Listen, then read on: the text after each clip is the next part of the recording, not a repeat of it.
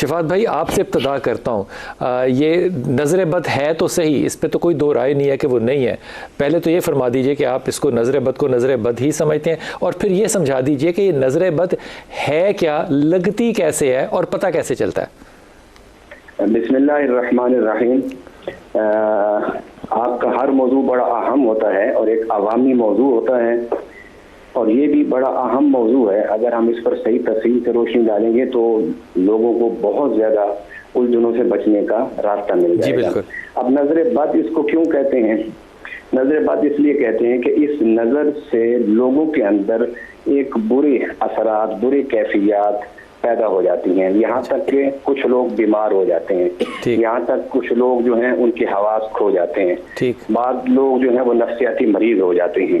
اور میں اس سلسلے میں نبی پاک صلی اللہ علیہ وسلم کی ایک حدیث آپ کے سامنے رکھنا چاہتا ہوں. میرے آقا صلی اللہ علیہ وسلم نے فرمایا، میری امت کے 95% مسائل جو خراب ہوں گے، میری امت میں 95% جو مشکلات ہیں وہ نظر سے ہوں گے.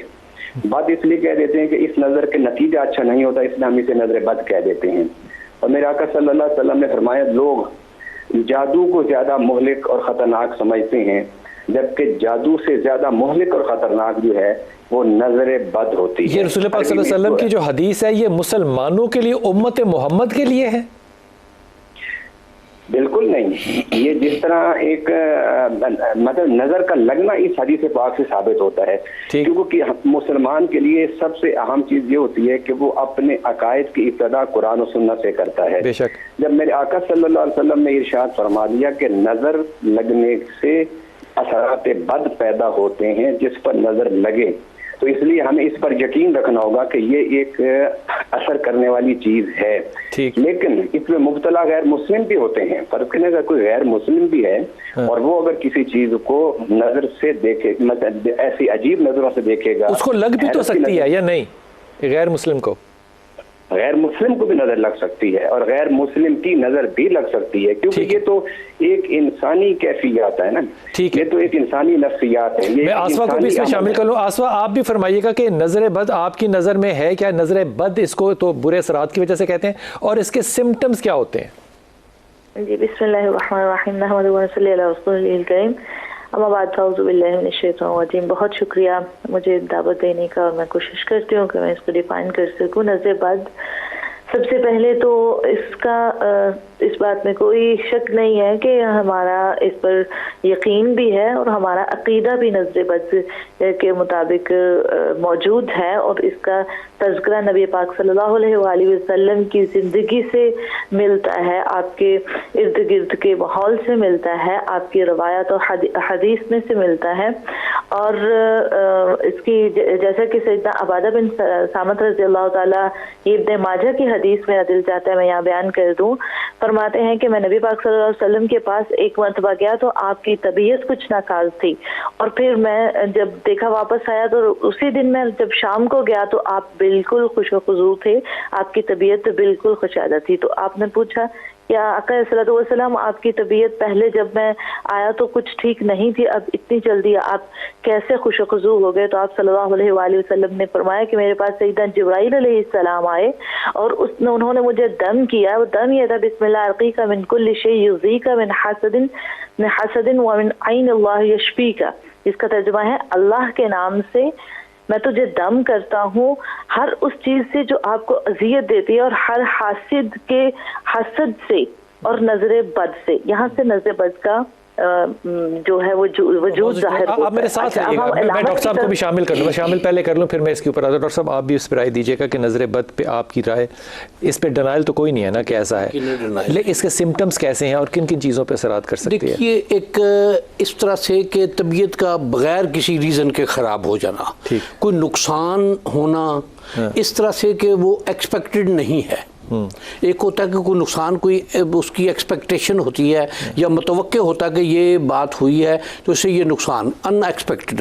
اس کو ایک شاید یہ دیکھیے کہ نظر کے دیکھنے سے میں گزارش کرتا ہوں، نظر بد اور حسد یہ شاید آپس میں بہنیں ہیں. नजर बद और हसद, हसद, और नजर बद हर हासिद भाई भी हो सकते हैं ना, नजर बद नहीं होती उसकी हर हासिद की, हर हासिद लेकिन की नजर बद में हसद शामिल जरूर है। होता है। ठीक, अच्छी हसद ज़रूर शामिल होता है। इसमें यह है कि कुरान मजीद में जिस तरह से हसद के हवाले से अम यहसदून नासा अला मा आताहुम मिन फदले, क्या वो लोग इस बात से हसद में हैं कि अल्लाह ताला ने इसे अपने फजल से नवाज दिया। ये एक शय कि किसी के पास कोई नेमत, कोई बरकत, कोई उसके पास ऐसा मामला कि जो दूसरे की एक्सपेक्टेशन या उसके मिजाज के ख़िलाफ़ है, उस पर वो ये कि इसके पास क्यों है, ये हसद है। हाँ।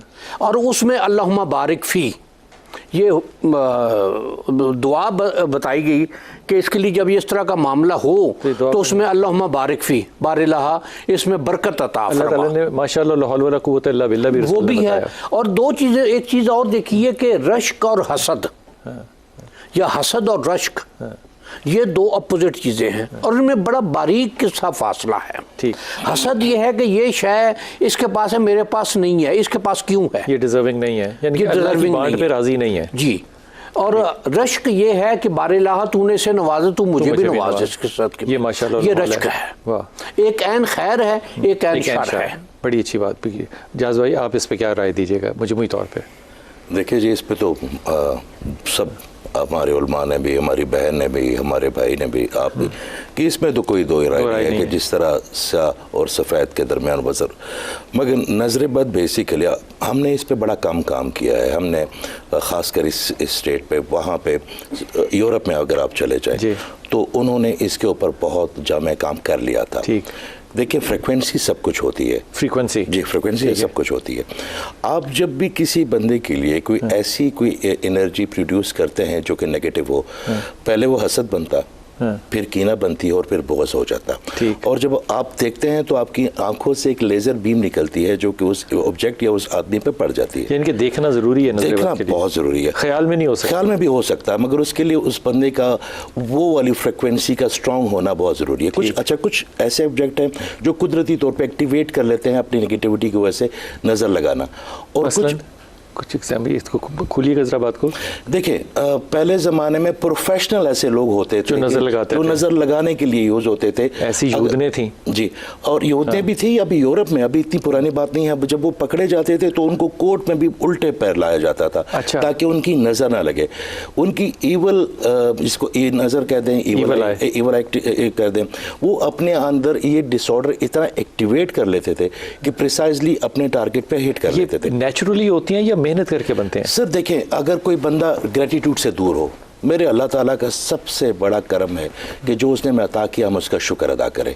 अगर कोई बंदा अल्लाह ताला की शुक्र से दूर हो, अल्लाह ताला की किनात से दूर हो, उसके फजल से दूर हो, तो आहिस्ता आहिस्ता उसको सारा कुछ बुरा लगना शुरू हो जाता है। अगर वो शुक्र नहीं करेगा तो नेगेटिव होता है। इसके लिए मुसलमान होना ज़रूरी है? सर देखिए, उसके लिए इंसान होना ज़रूरी है। ठीक, हम तो पहले इंसानों की बात करते हैं। रब्बुल आलमीन है, करीम रहमतुल आलमीन, हम सब की बात करेंगे।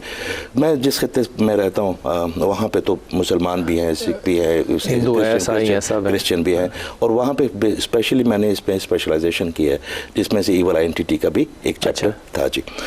तो वो जितनी भी आपकी नेगेटिव एनर्जी है, अगर वो या प्रिसाइजली आप, पहले ज़माने में ये जो गुड़िया बनती थी जिसमें हम सुइयां चुभते थे, तो वो अगर किसी खातून की होती तो ज़रूरी नहीं कि उसकी गेटअप में होती थी, या किसी अगर कोई मर्द होता था तो उसकी भी ज़रूरी नहीं, वो उस बंदे को ट्रांस ला के इमेजिन करके उसकी फ्रिक्वेंसी पे वो चीज़ें करती थी, और वो जैसे अच्छी नज़र लगती है। माँ की दुआ यहाँ अच्छी भी नज़र लगती है। सर अच्छी नज़र, ये जो फैज़ ट्रांसफ़र होता है, हमारे जो बुजुर्ग होते हैं, उस्ताद होते हैं, आपके पास हम बैठे हुए हैं, तो जो आप फैज़ में ट्रांसफ़र करेंगे तो आप अच्छी नज़र लगाएंगे ना। क्या बात है, ये पहली दफ़ा अच्छा लफ्ज़ इस्तेमाल किया, अच्छी नज़र भी हो सकती है। अच्छी नज़र ज़्यादा होती है।